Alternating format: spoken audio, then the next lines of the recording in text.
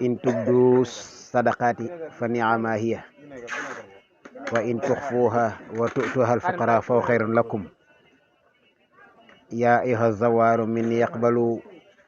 nasihatan tanfa'akum in fa'alu faltakun al-a'malu lil uyuni qalilatan ya hawmi kulla ayni wa lazimu tawaduhan ma iftiqar nufusukum fi kulli laylin wa nahar. Sunu borom subhanahu wa ta'ala daa wax ne jëf de ngir yàlla baax na de